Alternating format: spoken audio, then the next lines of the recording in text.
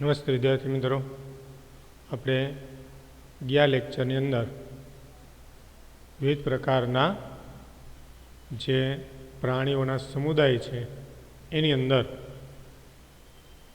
આપણે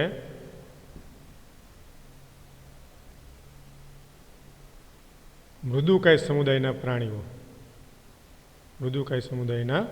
પ્રાણીઓ ત્યાં સુધીના આપણે લક્ષણો છે એ જોયા હતા.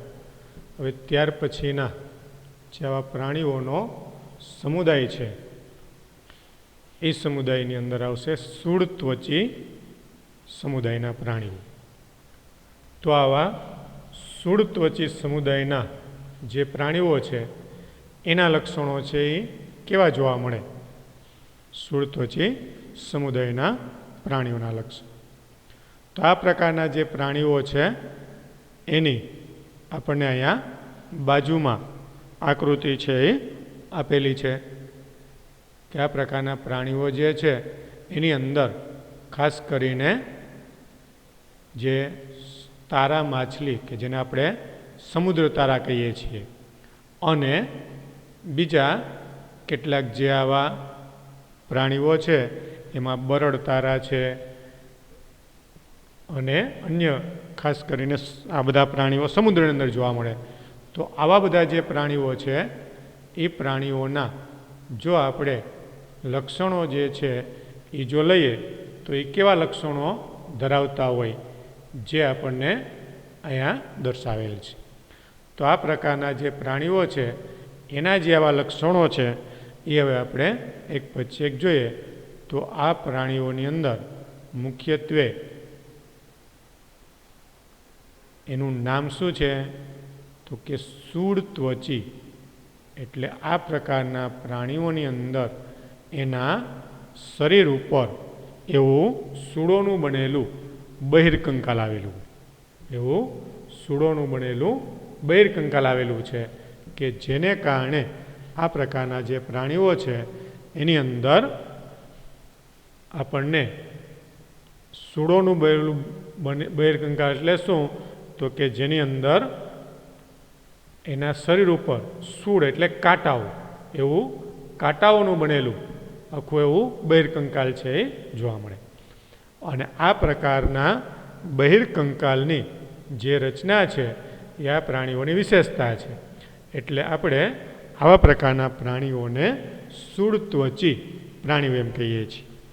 અને આવા જે પ્રાણીઓ છે એની અંદર આવા સૂળોનું બનેલું જે બહિર્કંકાલ જે હોય એ સામાન્ય રીતે એની કેલ્શિયમ કાર્બોનેટ જેવી તકતીઓનું બનેલું હોય. શરીર ઉપર આવેલી કેલ્શિયમ કાર્બોનેટ જેવી તકતીઓ કે કાંટાઓ જેવી રચના ધરાવતું હોય. એટલા માટે એના ઉપરથી એનું નામ છે એ સૂળત્વચી એવું આપવામાં આવ્યું. એના ઉપરથી એનું નામ છે એ સૂળત્વચી એવું નામ છે એ આપવામાં આવેલું છે. એટલે અહીંયા આ પ્રકારના જે પ્રાણીઓ છે એની અંદર આવું બહિર્કંકાલ જે છે એ સૂળોનું બનેલું છે. આ પ્રાણીઓમાં કેલ્શિયમ કાર્બોનેટની અસ્થિકાઓ, આવું બહિર્કંકાલ જે છે એની અંદર આવેલી જે આવી સૂળો છે એ શેની બનેલી હોય? તો કે કેલ્શિયમ કાર્બોનેટની બનેલી હોય. અને એને શું કહેવાય? અસ્થિકાઓ કે તકતીઓ તરીકે ઓળખવામાં આવે. એનું અંતકંકાલ આવેલું હોય અને એના ઉપરથી આ પ્રકારના પ્રાણીઓને સૂળત્વચી તરીકે ઓળખવામાં આવે છે. આવું સૂળો ધરાવતું શરીર જે છે એ બધા જ આ પ્રાણીઓની વિશેષતા છે. એ ક્યાં જોવા મળે? એનું નિવાસસ્થાન ક્યાં છે? તો કે આ બધા જ પ્રાણીઓ છે એ દરિયાઈ છે, એટલે કે ખારા પાણીની અંદર જોવા મળે. આ સૂળત્વચી સમુદાયના આવા કોઈ પ્રાણીઓ જે છે એ ફક્ત દરિયાની અંદર જોવા મળે છે, જે આપણને મીઠા પાણીમાં કે જમીન ઉપર ક્યારેય જોવા મળતા નથી. બધા પ્રાણીઓ છે એ દરિયાઈ છે. અને આ બધા પ્રાણીઓ જે છે એ અંગતંત્ર સ્તરીય આયોજન ધરાવે છે. એનું જે શરીરનું આયોજન જે છે એ અંગતંત્ર સ્તરીય આયોજન છે. એટલે કે બધા અંગતંત્રો છે એ વિકાસ પામેલા જોવા મળે છે. અંગતંત્ર સ્તરીય આયોજન ધરાવતા પ્રાણીઓ છે.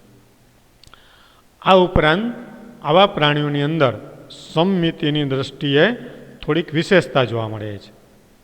એમાં સમમિતિની દ્રષ્ટિએ વિશેષતા જોવા મળે. કેવી વિશેષતા જોવા મળે? તો કે પુખ્ત સુડત્વચી જે પ્રાણીઓ છે એ અરીય સમમિતિ ધરાવે, પણ ડીમ્બ એ દ્વિપાર્શ્વ સમમિતિ ધરાવે. એટલે કે આ પ્રાણીઓની અંદર સામાન્ય રીતે એનો વિકાસ જે છે એ આપણને રૂપાંતરણ ધરાવતો જોવા મળે, જેમાં એનું ડીંબ જે છે એ દ્વિપાર્શ્વ સમમિતિ ધરાવતું હોય, પણ આ પ્રકારના જે પ્રાણી છે એ અરીય સમમિતિ ધરાવતું. આવા સુડત્વચી જે પ્રાણીઓ છે એ ત્રિગર્ભસ્તરીય છે. એટલે કે ગર્ભ વિકાસ દરમિયાન બાહ્ય ગર્ભસ્તર, મધ્ય ગર્ભસ્તર અને અંતગર્ભસ્તર એમ ત્રણેય ગર્ભસ્તરો છે એ વિકાસ પામેલા જોવા મળે. આ ઉપરાંત દેહકોષ્ઠી પ્રાણીઓ છે. એટલે કે દેહકોષ કે જેને આપણે શરીર ગુહા કહીએ છીએ એ વિકાસ પામેલી હોય. આ ઉપરાંત એમાં પાચન તંત્ર તો સંપૂર્ણ જ છે, પણ પાચન તંત્રની વિશેષતા છે કે જેમાં નીચેની વક્ષ બાજુએ મુખ અને ઉપરની પૃષ્ઠ બાજુએ મળદ્વારયુક્ત સંપૂર્ણ પાચન તંત્ર જોવા મળે. એટલે એનું જે મુખ છે એ શરીરની વક્ષ બાજુએ આવેલું હોય અને મળદ્વાર જે છે એ પૃષ્ઠ બાજુએ આવેલું હોય છે. આ પ્રકારના પ્રાણીઓમાં આવી પાચન તંત્ર છે વિકસિત છે અને ચોક્કસ રીતે ગોઠવાયેલું હોય. હવે પછીના મોટાભાગના પ્રાણીઓની અંદર આપણને આ જ પ્રકારની રચના જોવા મળશે કે જેના શરીરની વક્ષ બાજુએ સામાન્ય રીતે મુખ અને પૃષ્ઠ બાજુએ મળદ્વાર.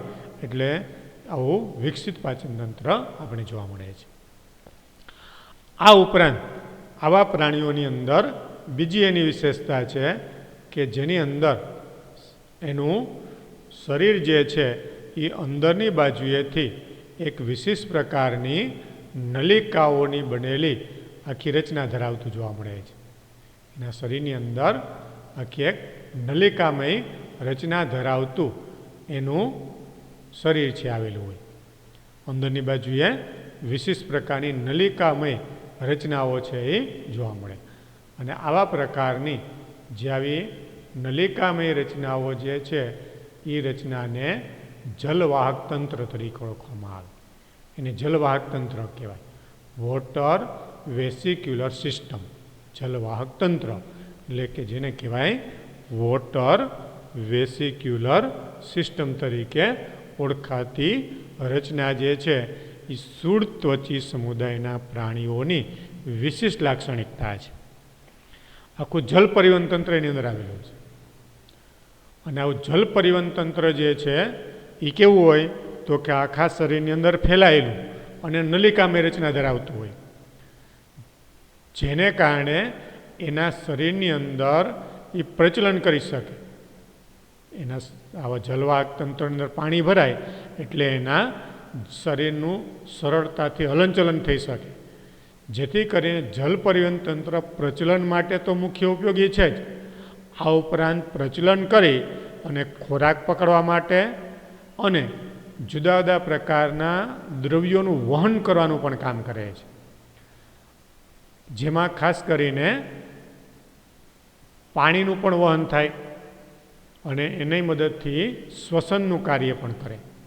એટલે આવું વિશિષ્ટ પ્રકારનું જે જલવાહક તંત્ર વોટર વેસિક્યુલર સિસ્ટમ એ પ્રચલન, ખોરાક પકડવો અને વહન તથા શ્વસનના કાર્ય સાથે પણ સંકળાયેલું છે. એટલે આ રીતે જલવાહક તંત્ર જે છે એ આ પ્રકારના પ્રાણીઓની વિશેષતા છે. એટલે આવી જલવાહક તંત્રની રચના છે એ એના શરીરની અંદર સંકળાયેલી વિશિષ્ટ પ્રકારની નલિકામય રચનાઓનું બનેલું હોય. અને આવા પ્રકારની નલિકામય જે રચનાઓ છે એની અંદર સતત સમુદ્રનું પાણી ફરતું હોય, જેને કારણે એ પ્રચલન કરે, ખોરાક પકડવામાં પણ ઉપયોગી આવે, એના શરીરના અંગોનું હલનચલન કરી અને ખોરાક પકડે. આ ઉપરાંત વહન અને શ્વસનના કાર્યમાં પણ એ મહત્ત્વનો ભાગ ભજવે. આ રીતે જલવાહક તંત્ર જે છે એ અગત્યનું છે. એની અંદર ઉત્સર્જન તંત્રનો અભાવ છે. જો અત્યાર સુધીના પ્રાણીઓની અંદર ઉત્સર્જનની ક્રિયા માટે કંઈક રચનાઓ આપણને જોવા મળતી હતી, પણ અહીંયા ઉત્સર્જન તંત્રનો અભાવ છે. શા માટે? તો કે આ કાર્ય છે જલ પરિવહન તંત્ર દ્વારા જ થાય, જેથી કરીને આ પ્રાણીઓની અંદર એનું ખાસ જે તંત્ર જોવા નથી મળતું એ ઉત્સર્જન તંત્ર છે. ઉત્સર્જન તંત્ર એની અંદર હોતું નથી. પછી લિંગભેદ ધરાવતા પ્રાણીઓ છે, એટલે કે નર અને માદા પ્રાણી અલગ જોવા મળે છે. સ્પષ્ટ રીતે લિંગભેદ દર્શાવે છે. લિંગી પ્રજનન દર્શાવતા પ્રાણીઓ છે, એટલે કે આ પ્રકારના પ્રાણીઓ છે એની અંદર લિંગી પ્રજનન જોવા મળે છે. ફલનની ક્રિયા સામાન્ય રીતે બાહ્ય ફલન દ્વારા થાય, એટલે કે નર પ્રાણી શુક્રકોષ અને માદા પ્રાણી છે એ અંડકોષનો શરીરની બહાર નિકાલ કરે અને બંને વચ્ચે એટલે કે શુક્રકોષ અને અંડકોષ વચ્ચે ફલનની ક્રિયા છે એ બહાર પાણીની અંદર થાય, એટલે સામાન્ય રીતે બાહ્ય ફલન દર્શાવે છે. આવી ફલનની ક્રિયા બાદ આ પ્રકારના પ્રાણીઓની અંદરથી જે ફલિતાંડ વિકાસ પામે એ ફલિતાંડમાંથી સીધું પુખ્ત પ્રાણી જેવું જ પ્રાણી છે વિકાસ પામતું નથી, પણ એમાંથી મુક્ત રીતે તરતા ડીંબનો વિકાસ થાય છે. અને આમ ડીંબ સહિત એનો વિકાસ થાય અને એમાંથી પછી પુખ્ત પ્રાણી વિકાસ પામે, એટલે પરોક્ષ વિકાસ જોવા મળે છે. એટલે કે જેને આપણે બીજા નામ તરીકે રૂપાંતરણ કહીએ છીએ. પરોક્ષ વિકાસ એટલે કે રૂપાંતરણ દર્શાવતા પ્રાણીઓ છે. એટલે આવા પ્રાણીઓની અંદર વિકાસ જે છે એ પરોક્ષ જોવા મળે, એટલે કે અલગ અલગ અવસ્થાઓની અંદરથી ડીંબ વિકાસ પામી અને પછી પુખ્ત પ્રાણી છે એ બને છે. એટલે આવા સુડત્વચી સમુદાયના પ્રાણીઓ કે જેમાં મુખ્ય વિશિષ્ટ લક્ષણ તરીકે શું આપણને જોવા મળ્યું? તો કે જલવાહક તંત્ર એ એનું વિશિષ્ટ લક્ષણ જોવા મળ્યું. એના ઉદાહરણ ક્યાં? તો કે તારા માછલી, સ્ટારફિશ. જો અહીંયા પણ એના વિશિષ્ટ જે નામ છે એ આપણે યાદ રાખવાના છે. તારા માછલી, એસ્ટરિસ, જેને સ્ટારફિશ આપણે કહીએ છીએ. સાગર ગોટા, એકાઇનસ, જેનું વિશેષ નામ સી અર્ચિન, સાગર ગોટા. સમુદ્ર કમળ, એન્ટેડોન, એનું સામાન્ય નામ સી લીલી. આજે એસ્ટેરિસ ને એકાઇનસ ને એન્ટેડોન એના અંગ્રેજી નામ છે, જ્યારે સી લીલી એ સામાન્યના નામ બધા છે. ઓલા જે છે એ જે નામ છે એ વૈજ્ઞાનિક નામ ઉપરથી એના નામ આપવામાં આવેલા છે. સમુદ્ર કાકડી, સી કકુંબર, કકુમેરિયા, અને બરડ તારા, બ્રિટલ સ્ટાર. તો જો આની અંદર પણ આ સ્ટારફિશ, પાછળ આપણે એને તારા માછલી કહીએ, પણ એ માછલી નથી, એ સુડત્વચી સમુદાયનું પ્રાણી છે. તો આવા એના વિશેષ જે બધા નામ છે એ પણ અહીંયા યાદ રાખવાનું. જો આ બધા અમુક સમુદાયના પ્રાણીઓ છે તો એના આવા વિશેષ નામ કે જે એને એની લાક્ષણિકતાના આધારે એને ઓળખવામાં આવતા હોય,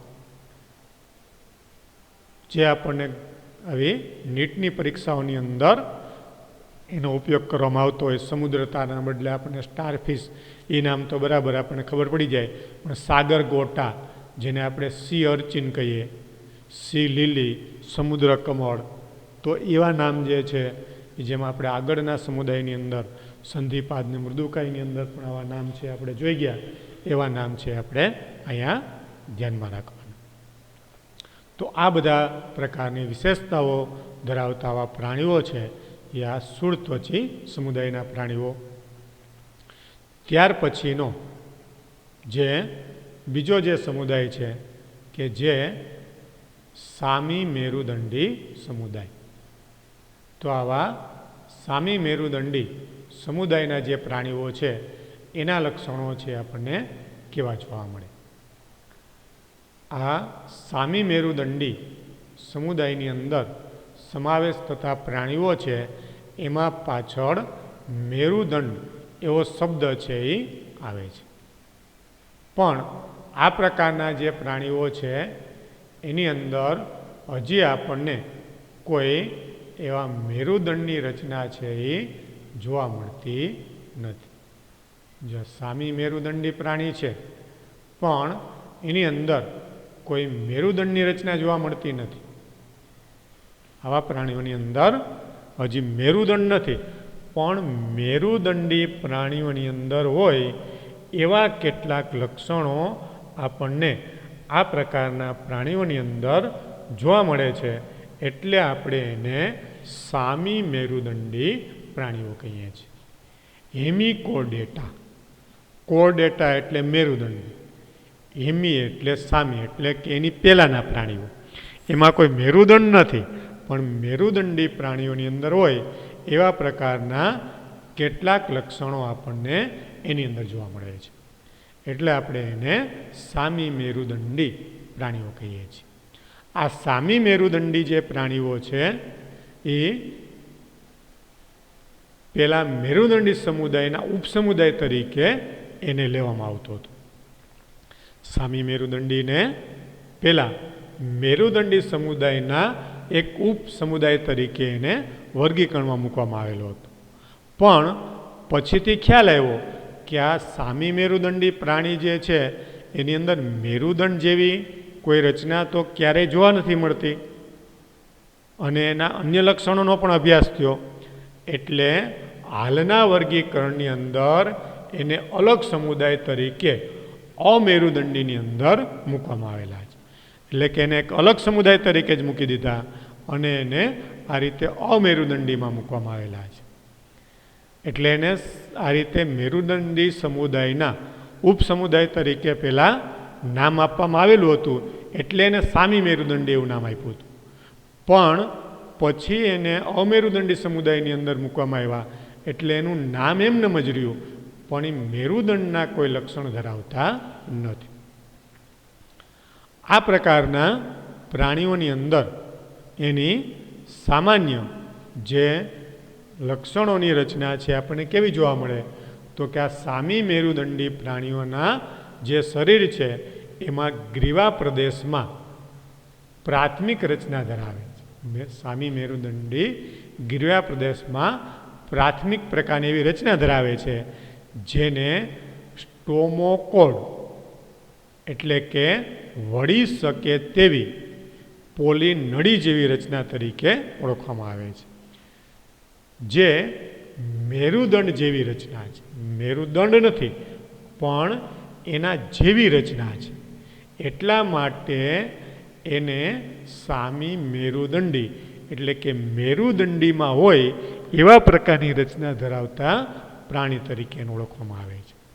એટલે એને સામી મેરુદંડી નામ શું કામે આપવામાં આવ્યું એ હવે આપણને ખ્યાલ આવ્યો કે જેમાં સ્ટોમોકોડ એટલે શું, તો કે વળી શકે તેવી પોલી નળી જેવી રચના, જે મેરુદંડ જેવી રચના થાય. મેરુદંડ નથી, પણ એના જેવી રચના છે. એટલે આપણે એને આ મેરુદંડી સમુદાયના ઉપસમુદાય તરીકે પહેલાં મૂકેલો હતો, પણ હવે એને અલગ અમેરુદંડી સમુદાયની અંદર મૂકવામાં આવેલો છે. એટલે આવા પ્રાણીઓના શરીરની અંદર જે આવી શીર્ષ જેવી જે રચના છે એની અંદર આવા પ્રકારની જે સ્ટોમોકોડ તરીકે ઓળખાતી રચના છે આપણને જોવા મળે છે. અને આ પ્રકારની જે રચના છે એ આપણને આગળ જે આકૃતિ જે સૂંઢ તરીકે ઓળખાતી જે રચના છે એની નીચે આ પ્રકારની જે રચના એ જોવા મળી, આ જે વચ્ચેનો ગ્રીવા અને સૂંઢ વચ્ચેનો જે ભાગ છે એ આ પ્રકારની રચના ધરાવતો ભાગ છે. એટલે આ જે ભાગ છે એ આ રીતે એના સ્ટોમોકોડ તરીકે ઓળખાતો ભાગ છે. એટલે આ રીતે આ પ્રકારના પ્રાણીઓની અંદર આવી જે રચના છે એ એની વિશેષ રચના છે. એટલે આપણે જે બાજુમાં આકૃતિ છે બાલાનોગ્લોસસ નામના પ્રાણીની આકૃતિ છે, અને આ જે આકૃતિ છે એ આપણને અહીંયા સ્પષ્ટ રીતે એનું શરીર સૂંઢ, ગ્રીવા અને ધડ એવા ભાગોની અંદર વહેંચાયેલું છે. એટલે આ રીતે એની અંદર આવી સ્ટોમોકોડ તરીકે ઓળખાતી મેરુદંડ જેવી રચના જોવા મળે છે. પછી એની શરીર રચનાના અન્ય લક્ષણો છે એ કેવા છે? તો કે આવા પ્રાણીઓ છે એ અંગતંત્ર સ્તરીય આયોજન ધરાવતા પ્રાણીઓ છે. એટલે કે બધા અંગતંત્રો જે છે એ સંપૂર્ણપણે એના વિકસિત જોવા મળે છે. બધા અંગતંત્રોની રચના જે છે એ આપણને વિકસિત સ્વરૂપે જોવા મળે છે. અને આ પ્રકારના જે પ્રાણીઓ છે એ પ્રાણીઓની અંદર બધા અંગતંત્રો તો વિકસિત જોવા મળે જ છે. આ ઉપરાંત આ પ્રકારના જે પ્રાણીઓ છે એની અંદર દ્વિપાર્શ્વ સંમિતિ, અરીય સંમિતિ, આ બધા પ્રકારની જે રચનાઓ છે એ પણ સમાન રીતે એની અંદર વિકસિત જોવા મળે છે. જો દ્વિપાર્શ્વ રચના ધરાવતા પ્રાણીઓ છે એનું જે શરીર છે એ સમાન રીતે ડાબા અને જમણા એમ બે સ્પષ્ટ ભાગોની અંદર આપણે વહેંચી શકીએ. એ રીતે ત્રિગર્ભસ્તરીય પ્રાણીઓ છે અને દેહકોષધારી પ્રાણીઓ છે. એટલે આવા અંગતંત્ર સ્તરીય આયોજન ધરાવતા, દ્વિપાર્શ્વ સંમિતિ ધરાવતા, ત્રિગર્ભસ્તરીય અને દેહકોષધારી પ્રાણીઓ છે. પણ આ પ્રકારના પ્રાણીઓ છે એ દેખાવમાં કૃમિ જેવા દેખાય, સૂત્રકૃમિ સમુદાય જેવા પ્રાણીઓ સ્વરૂપે આપણે જોવા મળે. એટલે કૃમિ જેવી રચના ધરાવતા દરિયાઈ પ્રાણીઓના જૂથ તરીકે જાણીતા છે. એટલે આવા સ્થૂળત્વચી સમુદાયની જેમ આ સામી મેરુદંડી પ્રાણીઓ છે એ પણ દરિયાની અંદર જ જોવા મળે છે. દરિયાની અંદર જોવા મળતા પ્રાણીઓ છે. એનું શરીર જે છે એ જેમ આપણે આગળ જોયું એમ નળાકાર અને સૂત્રકૃમિ સમુદાય જેવું પ્રાણીનું શરીર હોય એવું છે. અને અગ્ર બાજુએ સૂંઢ, પછીનો ભાગ ગ્રીવા અને લાંબુ ધડ, આમ ત્રણ સ્પર્શ ભાગોની અંદર એ વિભાજિત થયેલું આપણે જોવા મળે છે. ગ્રીવા, લાંબુ ધડ અને અગ્ર બાજુએ સૂંઢ જેવી રચના, જે આપણને બાલાનોગ્લોસસ નામના પ્રાણીની અંદર આકૃતિમાં સ્પષ્ટ રીતે દર્શાવેલું છે. એટલે આ રીતે આ પ્રકારના પ્રાણીઓના લક્ષણો છે આપણને સ્પષ્ટ રીતે જોવા મળે. પછી એના તંત્રોની રચના પણ વિકાસ પામેલી છે, જેમાં પરિવહન તંત્ર છે એ ખુલ્લા પ્રકારનું છે. પરિવહન તંત્ર કેવું છે? તો કે ખુલ્લા પ્રકારનું છે. એટલે કે સંધિપાત સમુદાયના પ્રાણીઓની અંદર જેમ પરિવહન તંત્ર આવેલું હોય એવું ખુલ્લા પ્રકારનું પરિવહન તંત્ર જોવા મળે છે. ત્યાર પછી એની અંદર શ્વસનની ક્રિયા માટે ઝાલરો આવેલી હોય. શ્વસનની ક્રિયા માટે એ ઝાલરો દ્વારા શ્વસન કરે છે. સૂંઢ ગ્રંથિ એ ઉત્સર્જન અંગ તરીકે કામ કરે છે.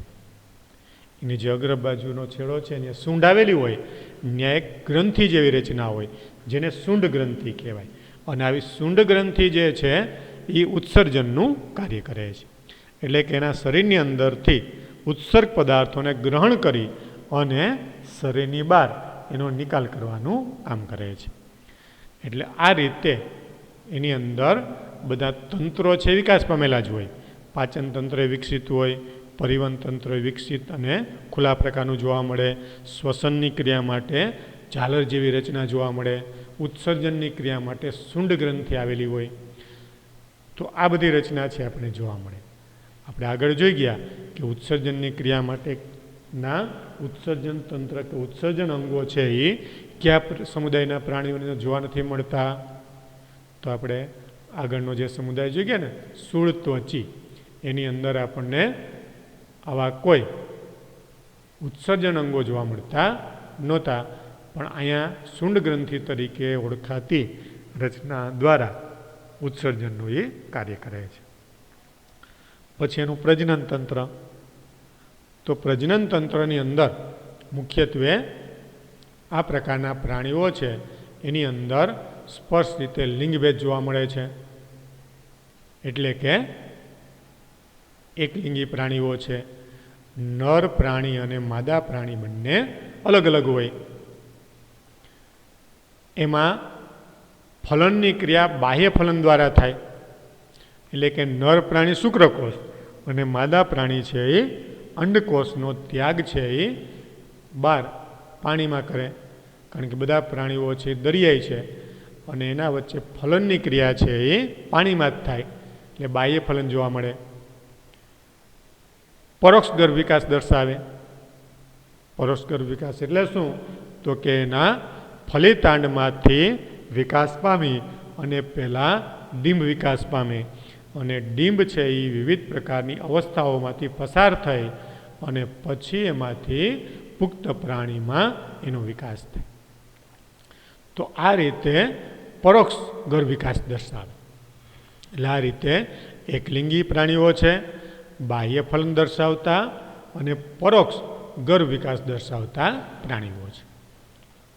એટલે આ રીતે સામી મેરુ દંડી સમુદાયના પ્રાણીઓના લક્ષણો. એમાં સામી મેરુદંડી એવું એનું નામ છે, પણ એમાં મેરુદંડ નથી આવેલો. મેરુદંડ જેવી રચના જોવા મળે.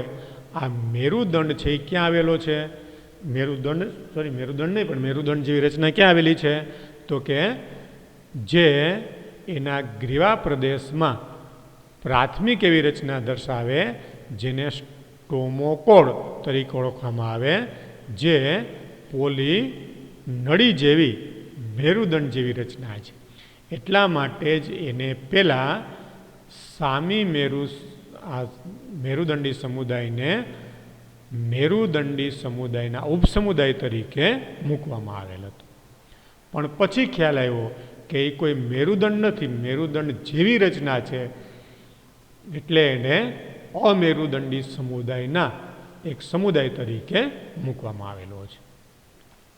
એટલે આ રીતે અહીં સુધીના જે બધા પ્રાણીઓ આપણે જોયા, એટલે કે સછિદ્રાથી શરૂ કરી સછિદ્ર, પછી કોષ્ઠાંતરી, પછી આપણે જોયા કંકતધરા, પછી પૃથુકૃમિ, સૂત્રકૃમિ, નુપુરક, પછી સંધિપાદ, પછી મૃદુકાય, શૂળત્વચી અને આ સામી મેરુદંડી.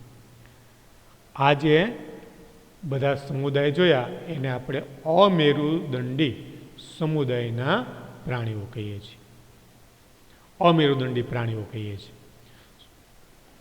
એ બધા સમુદાય તો હતા જ, પણ એને ક્યાં મૂકવામાં આવેલા છે?